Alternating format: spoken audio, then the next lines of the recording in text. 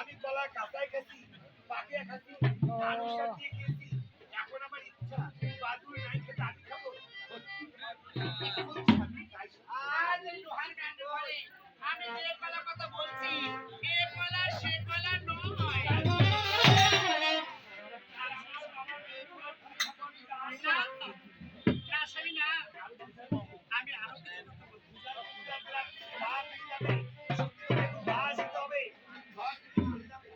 স্বামী, তার সাথে আমার আরো কিছু কথা বলতে হবে। গরম দুধ খাইলে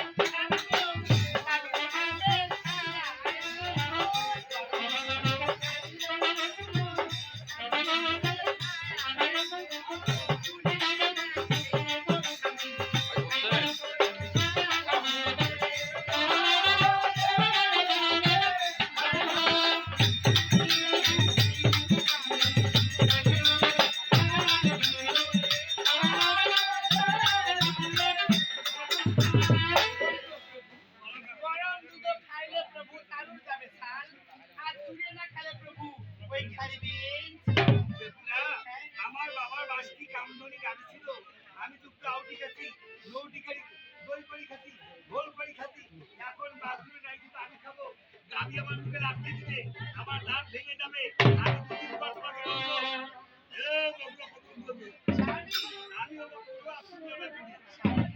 তুমি কেন বুঝতে পারছো না গো? আমি তোমাকে এত করে বোঝাচ্ছি, তারপরে কি তুমি একটু কথা বলতে পারছো না? আমার বুঝা সবাই চলো না স্বামী গো, কদমেরও ডালে আর কদমেরও হাতাদার কখন ভেঙে যাও।